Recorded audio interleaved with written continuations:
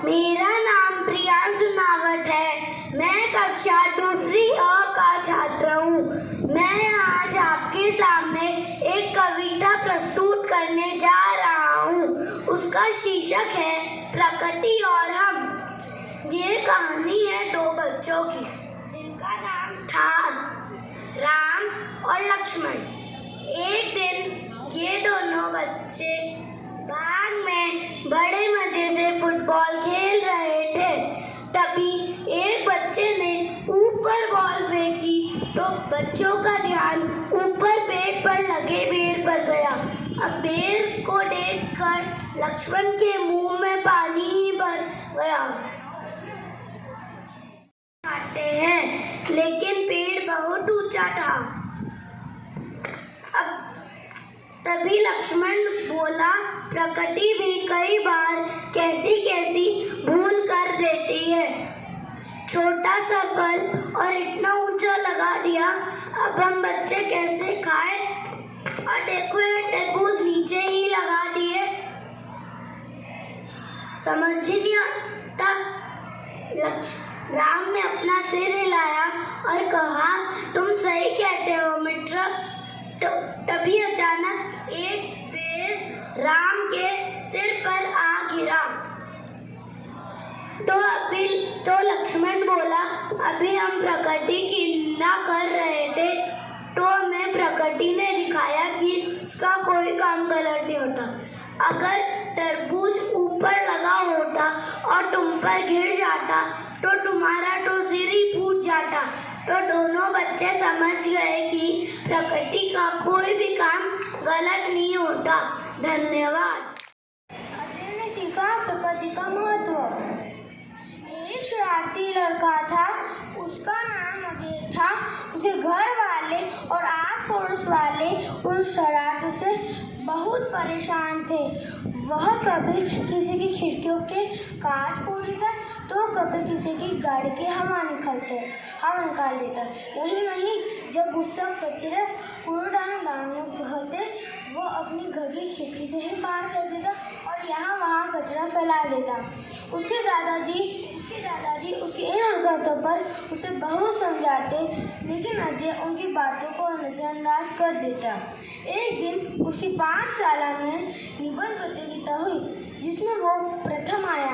उसके घर वाले आश्चर्यचकित हो गए और उससे पूछा, तुमने निबंध में ऐसा क्या लिखा? तब उसने बताया, मैंने दादाजी समझाते थे, मैंने सारी बातें लिखी। और उसने अपना निबंध पढ़कर सुनाया। प्रकृति हमें बहुत कुछ देती है, लेकिन हम उसका मूल्य नहीं करते।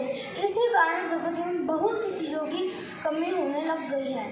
हमें बेवजह पानी के नल को खुला नहीं छोड़ना चाहिए और हो सके तो उस पर एडिट लगा देना चाहिए, जिसकी पानी से 40% बचत हो। रेस्टोरेंट में उतना ही खाना मंगाए जितना हमको ज़रूरत हो, और फिर भी खाना बच जाए तो किसी ज़रूरतमंद को दे देना चाहिए। धरती पर पड़े कूड़े कचरे और प्लास्टिक बैग को कूड़ेदान में डालना चाहिए। इसलिए हम इन छोटी छोटी बातों को मिलाकर हम एक स्वच्छ वातावरण बना सकते हैं। और उसके घर वालों ने उसको शाबाशी दी। धन्यवाद। मैं जा रही हूँ। कहानी का नाम है पेड़ बचाओ जीवन बचाओ। एक गांव में एक किसान रहता था। किसान के खेत में एक पुराना सेब का पेड़ था। किसान ने सोचा कि ये पेड़ मैं काट देता हूँ, ये अब मीठे सेब भी नहीं देता, ये मैं इसे काट देता हूँ। पेड़ ने बोला, नहीं नहीं नहीं, मुझे मत काटो, मेरे ऊपर पक्षी बैठते हैं, मेरे ऊपर मैं उनको दवाइयाँ देता हूँ। फिर किसान ने उसकी एक न सुनी। किसान ने जैसे ही पेड़ काटने के लिए कुल्हाड़ी उठाई, वैसे ही चिड़िया कुल्हाड़ी मधुमक्खी आ गए और कहा, ये पेड़ मत काटो, ये हमारा कहाँ जाएंगे। फिर उसी किसान को उसी पेड़ के ऊपर एक मधुमक्खी का बड़ा जत्था दिखाई दिया और कहा, किसान ने उसे थोड़ा चखा और उसे अपने बचपन के दिन याद आ गए कि वो इस पेड़ पर खेला करता था, इसलिए उसने ये पेड़ नहीं काटा। धन्यवाद। मेरा नाम प्रगन्ना केतन है। मैं कक्षा 2 की छात्रा हूँ। मेरे गाने का शीर्षक है एक कदम स्वच्छता और सुंदरता की ओर। आकाश के स्कूल की छुट्टी थी। वह बाहर जा रहा था। रास्ते में उसने देखा नीनू काका हरे भरे पेड़ काट रहे थे। आकाश ने बोला, नीनू काका, आप पेड़ क्यों काट रहे हो? नीनू काका ने पेड़ काटना बंद कर दिया और सूखी लकड़ियां लेने निकल पड़े। आकाश थोड़ा दूर आगे गया तो उसने देखा रजनी मौसी कपड़े धो रही थी। नल खुला था, बाल्टी भर गई थी, बहुत सारा पानी बाहर आ रहा था। आकाश ने बोला रजनी मौसी को, रजनी मौसी, जल ही तो जीवन है। मेरे अध्यापक कहते हैं जल को व्यर्थ नहीं बहाना चाहिए। आकाश की बात सुनकर रजनी मौसी ने कहा, आगे से ध्यान रखूंगी, और नल बंद कर दिया। आकाश थोड़ा दूरी पे गया तो उसने देखा शिल्पा दीदी घर की सफाई कर कचरा सड़क पर फेंक रही थी। आकाश ने बोला, रजनी मौसी, जैसे हम अपने घर को स्वच्छ और साफ रखते हैं, उसी तरह हम अपने गली, मोहल्ले, शहर और देश को भी स्वच्छ और सुंदर रखना चाहिए। इससे हमको गुमराही नहीं होगी, हम देश के अच्छे नागरिक कहलाएंगे। आकाश की बात सुनकर शिल्पा दीदी ने सड़क से कचरा हटाकर कूड़ेदान में फेंक दिया। आकाश की कहानी से हमको ये शिक्षा मिलती है, चाहे वो कैसा भी हो वेश, आओ मिलकर बनाए एक सुंदर देश। धन्यवाद। कहानी का नाम है बलवान कछुए की मूर्खता। एक सरोवर में विशाल नाम का कछुआ रहता था। उसके पास एक मजबूत कवच था। यह कवच उसे शत्रुओं से बचाता था। कितनी बार उसकी जान कवच के कारण बची थी। एक बार एक भैंस तालाब में पानी पीने आई। भैंस का पैर विशाल कछुए पर पड़ गया, फिर भी विशाल कछुए को कुछ नहीं हुआ। उसकी जान कवच से बची थी। वह खुश था क्योंकि बार बार उसकी जान बच रही थी।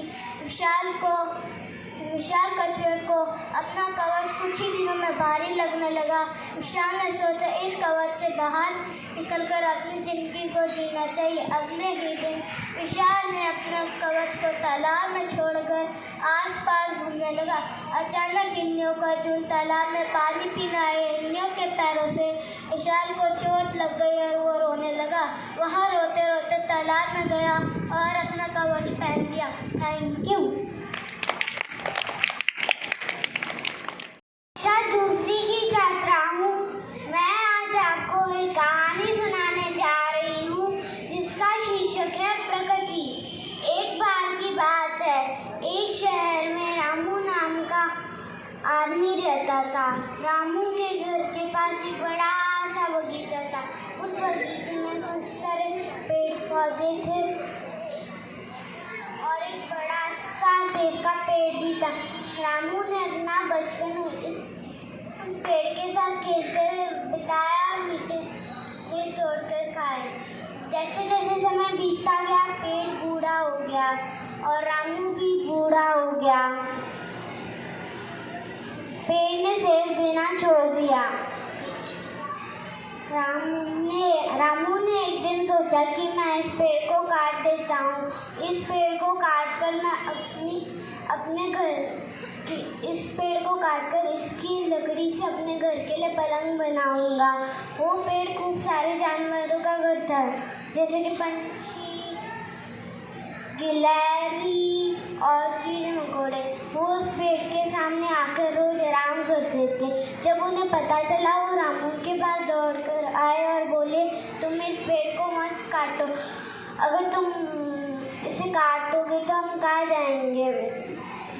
रामू ने किसी की भी बात सुनकर तभी रामू ने पेड़ पे देखा कि पेड़ पे मधुमक्खी का छत्ता है। रामू ने उस छत्ते में से थोड़ा शहद चखा। शहद चखते ही रामू को अपना बचपन याद आ गया कि वो इस पेड़ के साथ खेला करता था और मीठे सेब तोड़ कर खाता था। उतने में ही मधुमक्खी बोली, तुम इस पेड़ को मत काटो, मैं तुम्हें शहद दूंगी। गिलहरी बोली, मैं तुम्हें अनार दूंगी। सारे पंछी चिल्लाए, हम तुम्हें रोज मीठा गाना सुनाएंगे। रामू ने सबकी बात सुनकर पेड़ को नहीं काटने का फैसला किया। धन्यवाद। मैं आज आप सभी के सामने प्रस्तुत करने जा रही हूँ गाय और शेर की कहानी। 5 गायें एक जंगल में रहती थी। वे एक बड़े से हरे घास के मैदान से ताजी खाए। एक दिन उन 5 गायों के बीच लड़ाई हो गई और सभी अलग अलग जगहों से घास खाने लगे। शेर ने सोचा इस मौके का फायदा उठाया जाए और शेर ने एक एक कर सारी गायों को मार डाला। इस कहानी से हमको ये शिक्षा मिलती है, एकता में ही ताकत होती है। धन्यवाद। आपको एक कहानी सुनाने जा रहा हूँ। इस कहानी में 2 दोस्त होते हैं। एक का नाम रचित होता है और दूसरे का नाम निश्चित। जो रचित होता है उसे उसके घर के आगे पीछे हर जगह पेड़ पौधे लगे रहते हैं और फिर उसे बहुत अच्छे लगते हैं पेड़ पौधे। और जो निश्चय होता है उसे लगता है कि वो सब तो कचरा है, वो ना कचरा फैलाते, यानी कि कचरा पानी गिरता है ऐसे। तो फिर एक बार शहर की लाइट चली गई थी। तो जब रचित ने निश्चय को फ़ोन करके कहने लगा कि मेरे यहाँ आ जा, तो फिर वो आने लगा। तो फिर ना वो देखा कि ना वो ना नेचर की हवा से मस्त, मतलब वो हवा ले रहा है नेचर, क्योंकि उसे वो लाइट तो चली गई थी लेकिन वो भी हैरान हो गया था कि ये कैसे हो रहा है, कैसे पंखा चल रहा है। तो फिर वो भी अपने घर के पास में एक पेड़ पौधे लगाने लगा। तो इससे हमको ये शिक्षा मिलती है कि जब पेड़ पौधे हमारे साथ होते हैं तो वो हर एक चीज़ कर सकते हैं जो हम नहीं कर पाते। कक्षा तृतीय ई का छात्र आज आपके समक्ष एक कहानी प्रस्तुत करने जा रहा हूँ जिसका शीर्षक है प्रकृति। जैसे समय निकला पेड़ बूढ़ा होने लगा और रामू भी बूढ़ा होने लगा। उस पेड़ ने सेब देना बंद कर दिया। रामू ने सोचा इस पेड़ को काट अपने घर का पिलंग बना सकूं। रामू की इससे यादें जुड़ गई थी, पर ये रामू से भूलकर इस पेड़ को काटने का सोचा। पर ये प्यारे जानवरों का घर था। जैसे ही जानवरों को पता चला ये रामू की ओर भागे और कहा इस पेड़ को मत काटो, ये हमारा घर है, अगर तुम इसे काट दोगे तो हमारे रहने का ठिकाना नहीं। रामू ने किसी की भी बात नहीं मानी, इस पेड़ को काटने का सोचा। इस पेड़ पे मधुमक्खियाँ भी रहती थी। रामू ने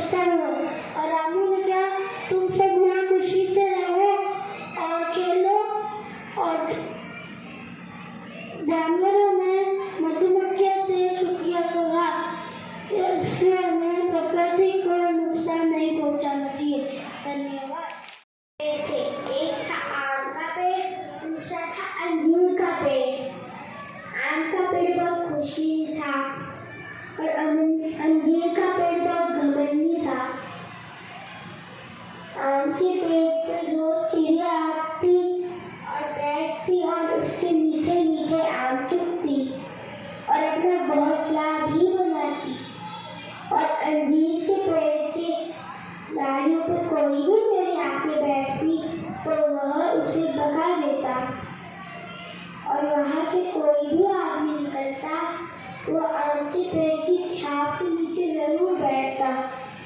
अंजीर के पेड़ की छाप के नीचे अगर कोई भी आदमी आके बैठ जाता तो वह उसके ऊपर सूखे पत्ते गिरा गिरा के लगा देता